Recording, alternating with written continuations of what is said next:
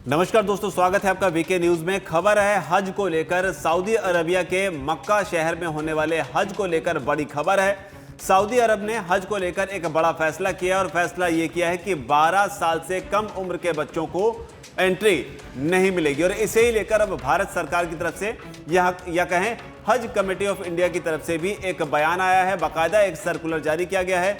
Circular में क्या कुछ कहा गया है वो आपको बताते हैं और साथ ही आपको बताते हैं कि इस साल जो है पहले के मुकाबले मुसलमानों के लिए हज करना कितना सस्ता हुआ है, खासतौर पर बुजुर्गों को लेकर, क्योंकि लगातार इस तरीके के आरोप लगते रहे कि मुसलमानों के साथ में ज्यादती हो रही है। ज्यादतियों में हम नहीं जाते हैं, लेकिन फिलहाल संसद में जिस तरह के आरोप लगे हैं उसे लेकर इस खबर को या कहें इस आंकड़े को जानना भी थोड़ा सा जरूरी हो जाता है। आपको बताते हैं खबर क्या है। पहले दरअसल सऊदी अरब के अधिकारियों ने फैसला किया है कि 12 साल से कम उम्र के बच्चों को हज 2023 की इजाजत नहीं दी जाएगी। 12 साल से कम उम्र के बच्चों की सुरक्षा सुनिश्चित करने के लिए यह फैसला किया गया है, यानी कि सुरक्षा के सिक्योरिटी रीजंस की वजह से यह फैसला लिया गया है।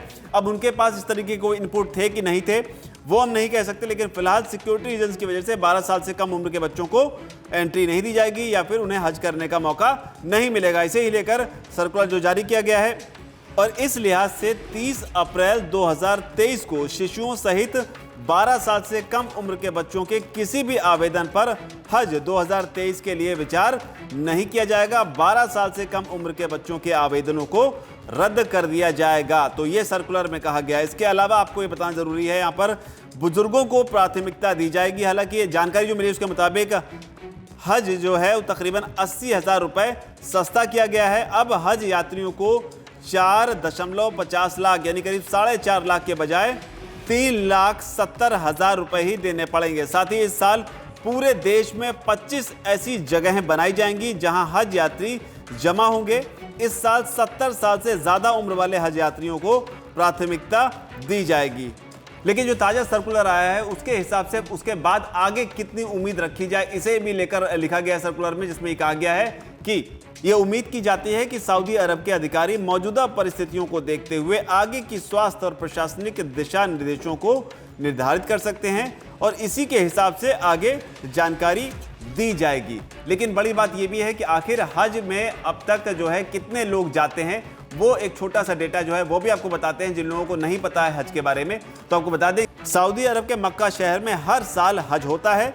यहाँ हर साल दुनिया भर से लाखों की तादाद में हज यात्री जो हैं वो हज करने के लिए पहुंचते हैं और भारत से इस बार ये उम्मीद जताई जा रही है कि करीब 1,75,025 लोग जो हैं वो हज करने के लिए जाएंगे। लेकिन बड़ी खबर इसमें यही है कि सऊदी अरेबिया की तरफ से ये ऐलान किया गया है या ये कहें कि नोटिफिकेशन दिया गया है, ये निर्देश दिए गए हैं कि 12 साल से कम उम्र के बच्चों की एंट्री जो है हज के लिए नहीं होगी, हज की उनको इजाज़त नहीं मिलेगी। और इसे लेकर हज कमेटी ऑफ इंडिया ने भी स्टेटमेंट जारी कर दिया है, सर्कुलर जारी कर दिया है।